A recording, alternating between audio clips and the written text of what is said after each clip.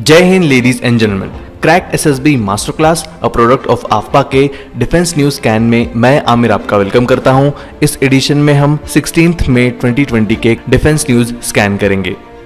हर बार की तरह इस एडिशन में भी हम टॉप 2 न्यूज को स्कैन करेंगे जिनकी इंफॉर्मेशन आप जीडी लेक्चरेट में यूज कर सकते हैं और अपने ड्रीम इंस्टीट्यूशन के बारे में डिटेल्स जान सकते हैं। So without any further ado, let's start with the first news. हमारी पहली न्यूज है फरवरी 2020 में जब US president Donald Trump India visit पर आए थे, तब हमारे प्राइम मिनिस्टर मोदी जी और उनके बीच डिफेंस प्रोक्योरमेंट पर चर्चा हुई थी। इस प्रोक्योरमेंट में रोमियो हेलीकॉप्टर के खरीदने की भी बात शामिल थी। इस सब्जेक्ट में रीसेंट डेवलपमेंट्स पर नजर डालें तो इंडिया ने 24 रोमियो हेलीकॉप्टर्स के लिए $900 मिलियन की डील फाइनल कर दी है। ये government to government deal US foreign military sales के अंडर सील की गई है। रोमियो हेलीकॉप्टर्स या जिसे MH-60R भी कहा जाता है, 1990s में decommission Sea King 42/42A choppers को रिप्लेस करेंगे। इन चॉपर्स को फ्रंट लाइन शिप्स और एयरक्राफ्ट कैरियर से ऑपरेट किया जाएगा, जिससे इंडियन नेवी की ऑपरेशनल फ्लेक्सिबिलिटी बढ़ेगी, सर्विलेंस एनहांस होंगे और अटैकिंग कैपेबिलिटीज में भी इंक्रीमेंट देखने मिलेगा। इन हेलीकॉप्टर्स की डिलीवरी एज अर्ली एज 2021 में एक्सपेक्टेड है, क्योंकि चाइनीज प्रोलिफरेशन ऑफ सबमरीन में इंडिया को strategically important Indian Ocean region और अपने नेशनल इंटरेस्ट सेफ गार्ड करने इन्हें जल्द से जल्द डिप्लॉय करना होगा। जैसा कि हमने पहले भी देखा, MH-60 फेमसली रोमियो के नाम से जाना जाता है, जो डीप इनसाइड सी में जाकर सबमरीन्स को हंट करने की कैपेबिलिटीज रखता है। ये चॉपर लॉकहीड मार्टिन के एक आर्म सिकोर्स्की कंपनी ने बनाया है। इस हेलीकॉप्टर के यूनिट की कॉस्ट अप्रोक्सीमेटली 42 से 45 मिलियन US की है। फिलहाल प्रोमिनेंटली इसे स्पेनिश नेवी, यूएस नेवी और रॉयल ऑस्ट्रेलियन नेवी यूज कर रहे हैं। कुछ इंपॉर्टेंट डिफेंसिव और ऑफेंसिव रोल्स जो ये हेलीकॉप्टर प्ले कर सकता है वो है anti submarine warfare, anti ships strike, low intensity maritime operations, search and rescue operation, over the horizon network centric operations and electronic warfare. अब सवाल उठता है, क्या रोमियो मेक इन इंडिया में कुछ कंट्रीब्यूट कर पाएगा? तो इस सवाल का आंसर है हाँ, ऐसा होने की पॉसिबिलिटीज है।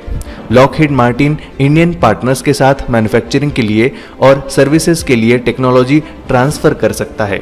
इवेंचुअली ऐसा अगर होता है तो मेक इन इंडिया के अंडर इस नीश के टेक्नोलॉजी एब्जॉर्व करने में डेफिनेटली हेल्प मिलेगी, स्किल डेवलपमेंट होगी और एलिजिबल प्रोडक्ट्स के मैन्युफैक्चरिंग से MSMEs को बूस्ट मिल सकता है, जिससे जॉब क्रिएशन के मौके भी मिल सकते हैं।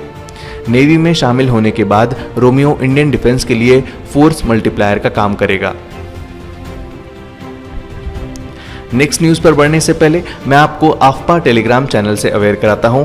इस चैनल का नाम है आफ्पा क्रैक एसएसबी मास्टर क्लास। ये एक ऑनलाइन इंटरेक्शन प्लेटफॉर्म है जहां आप एक्स एसएसबी एसेसर से 1-to-1 इंटरेक्ट कर सकते हैं और अपनी क्वेरी पूछ सकते हैं, जिसका आंसर आपको वीडियो के थ्रू मिलेगा।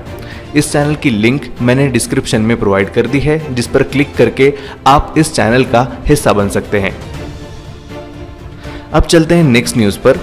कोविड-19 के चलते हो रहे डिफेंस प्रोडक्शन डिले की वजह से राफेल डिलीवरी की लेट होने के चांसेस थे, लेकिन रिसेंटली सोर्सेज से कंफर्मेशन मिला है कि जुलाई एंड तक 4 राफेल फाइटर एयरक्राफ्ट की बैच इंडिया में ला ली जाएगी। राफेल के स्क्वाड्रन का नाम है 17 गोल्डन एरोज। इस स्क्वाड्रन के कमांडिंग ऑफिसर फ्रांस से ये एयरक्राफ्ट फ्लाई करते हुए लाएंगे। इनके साथ होंगे फ्रेंच एयरफोर्स के पायलट। अब सवाल उठता है कि फ्रांस और इंडिया के बीच की दूरी मोर देन 7000 किलोमीटर, तो ऐसे में क्या इस दूरी को एक फ्लाइट में कवर किया जा सकता है या फिर पायलट किसी कंट्री में हॉल्ट के लिए रुकेंगे? तो मैं आपको बता दूं कि ये 1 टेक ऑफ जर्नी रहेगी, जिसमें मिड एयर 2 बार एयर रिफ्यूलिंग की जाएगी। एक बार फ्रांस से मिडिल ईस्ट के बीच फ्रेंच एयर रिफ्यूलर और सेकंड टाइम मिडिल ईस्ट से इंडिया के बीच इंडियन एयरफोर्स IL-78 के थ्रू एयर रिफ्यूलिंग की जाएगी। इंडियन एयरफोर्स के पायलट्स की फर्स्ट बैच ने भी अपनी ट्रेनिंग फ्रेंच एयरबेस पर पूरी कर ली है। इसी तरह से 7 पायलट का एक और बैच फ्रांस भेजा जाएगा जब दोनों कंट्रीज में लॉकडाउन की सिचुएशन नॉर्मल हो जाएगी। प्लेन्स के डिलीवरी के पहले ही फ्रांस ने पिछले वीक इक्विपमेंट्स सेंड कर दिए थे। एक्सपर्ट्स की माने तो राफेल के आने से इंडियन एयरफोर्स कैपेबिलिटीज में इंक्रीमेंट होगा और चाइनीज एयरक्राफ्ट्स के अगेंस्ट राफेल एक तगड़ा कॉम्पिटिटर होगा। एयरफोर्स से रिलेटेड भी एक और न्यूज थी जिसमें chief of defence staff Bipin Rawat ने कहा कि वो फॉरेन एयरक्राफ्ट से ज्यादा इंडिजीनियस लाइट कॉम्बैट एयरक्राफ्ट तेजस पर भरोसा करेंगे, भले ही क्वालिटी में थोड़ा बहुत इशू क्यों ना हो। उनके अकॉर्डिंग आगे चल के इन्हीं कमियों को सुधार के Indian design and manufacturing companies सीखेंगे और इनबिल्ट फाइटर्स बनाने का मैकेनिज्म जनरेट करेंगे। इस स्टेटमेंट के बाद MMRCA 2.0 के अंडर सबसे बड़ा कंटेंडर माने जाने वाला राफेल की ज्यादा बड़ी फ्लीट शायद अब ना देखने मिले। तो लेडीज एंड जेंटलमैन, ये था 16 मई 2020 के डिफेंस न्यूज स्कैन का एडिशन।